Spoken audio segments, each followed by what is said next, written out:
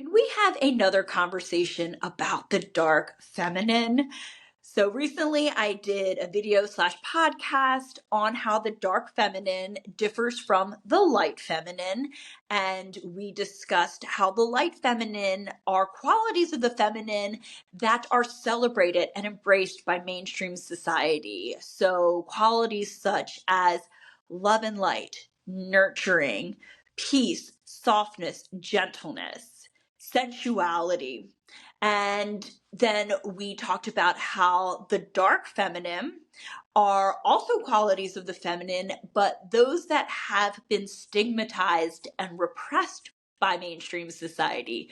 So qualities such as sexuality, necessary destruction, the shadow, boundaries. And we discussed how both of these are valid aspects of the feminine, and in fact, that we are not living fully, holistically in our feminine if we are just prioritizing one over the other. And here's the problem that I see over and over again is that people have the tendency to say that the light feminine is the divine feminine or the righteous feminine, whereas they'll say that the dark feminine is toxic or unhealthy. They'll say things like the dark feminine is when we become selfish or manipulative or unhinged. And friends, once and for all, can we clear this up? The light feminine is not the good or the divine feminine. And that just as the dark feminine is not the toxic or unhealthy feminine. And in fact, it's problematic to even suggest so. So we need to be really careful that when we're talking about things being bad or unhealthy or toxic or baneful in the case of our magic, that we don't say they are dark or black. Just as we should not just say things are light or white when they are sacred and healthy. Obviously, this is problematic in how we can subconsciously relate to our fellow humans. And it's also problematic because it forces us to fear the darkness. And so let's talk about how both the light and the dark feminine can be expressed in healthy and unhealthy ways. Because that's the truth. They both have very positive, empowering energies behind them. But like all things, they can be expressed in very unhealthy, toxic ways. So let's take an example within the light feminine. So this would be something like nurturing.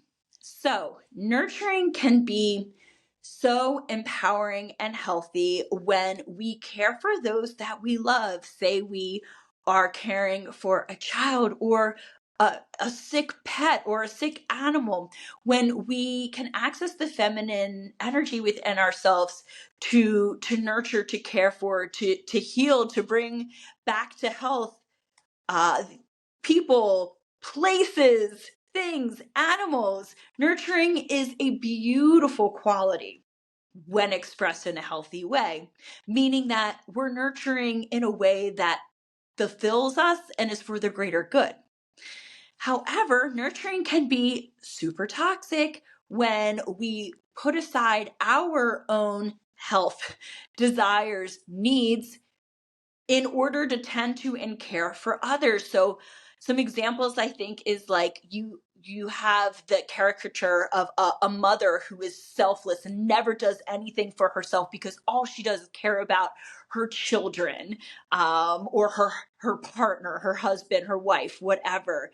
And in the meantime, they're always exhausted and tired. Or you see this a lot when someone will put aside their own dreams or desires, say they want to be a nurse, but instead of pursuing that, they decide that I'm going to help my partner get their career off the ground and just put aside my own personal dreams and desires so I can nurture and take care of my partner. Do you see the difference?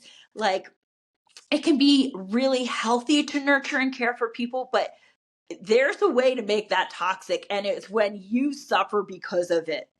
And in the same way, we see this in the dark feminine. So let's use an example of destruction. So necessary, I always say necessary destruction because it's really healthy to challenge and question established systems and ways of going about things. The dark feminine is not going to put up with the bullshit, especially when it's not for the highest good of all. So I think about destroying systems that are unjust, things like misogyny, like racism, like homophobia, any kind of system that isn't for the greater good of all. We can access the dark feminine within ourselves to challenge and to destroy and then rebirth new, more just, kind systems and ways of going about things. However, and this would be a very healthy form of the dark feminine. However, we can also obviously see destruction in an unhealthy way. So perhaps you sabotage someone, a coworker, because they're challenging your position within the company and you're destroying their role within the company, or even destroying the relationship of someone else because you are jealous of the time that they have together that you no longer are receiving. So I like to think about it as fire. So fire can be really healthy. Say if you are burning something like your pet bed that has fleas. We need to burn it. This is good. This is for the health and greater good of all. However, if you just show up as a damn arsonist and you're burning down the whole house of someone that pissed you off, that's toxic. So all of these qualities, the light, the dark feminine, we have to consider, not are they innately positive or negatively, but how can I express them in a positive way? And how could I have the tendency to slip into a perhaps unhealthy or toxic way? And I am very near and dear to the topic of sexuality. Here at Minx and Muse, we practice esoeroticism. It is a way to access sexual energy outside of intercourse.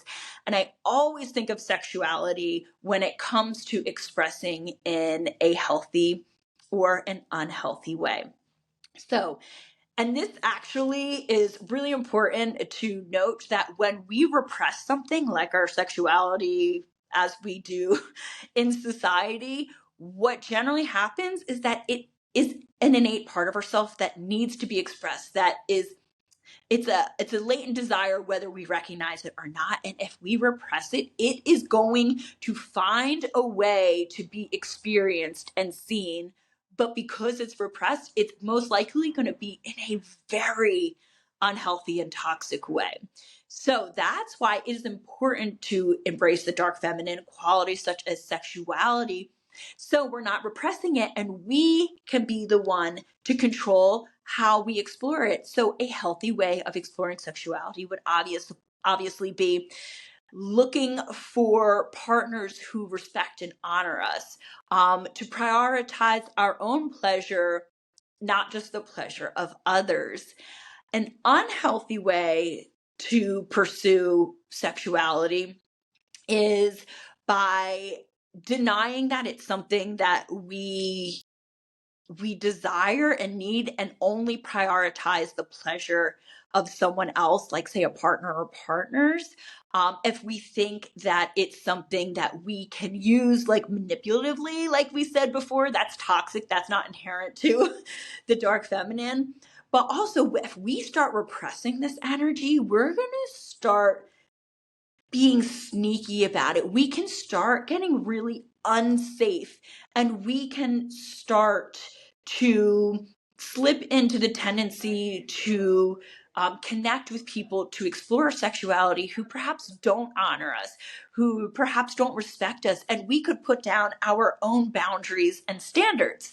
So let's wrap this up. So just a reminder, when we repress aspects of ourselves, whether it be the light feminine or the dark feminine, more than likely, these qualities are going to find a way to express and to be experienced in a way that is beyond our conscious control, meaning that it's probably going to be a bit less healthy and probably a bit more toxic. As a reminder, the dark feminine, the light feminine, both valid energies within us and of the feminine. It's important that we explore and validate both. And one is not the divine and one is not the toxic.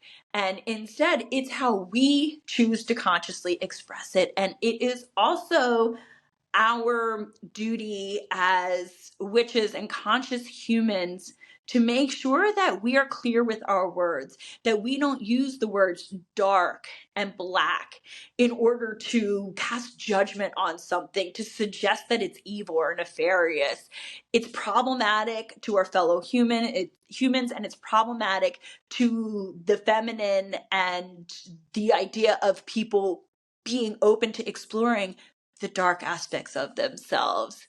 The dark feminine is just as divine as the light. So when you hear people spewing this bullshit, you know that you can just ignore them because you are a devotee of the dark feminine as well as the light feminine. So hopefully this clears things up a bit. I really appreciate you taking the time to listen or watch. And please comment or get in touch if you have any other topics within the dark feminine that you would like to discuss.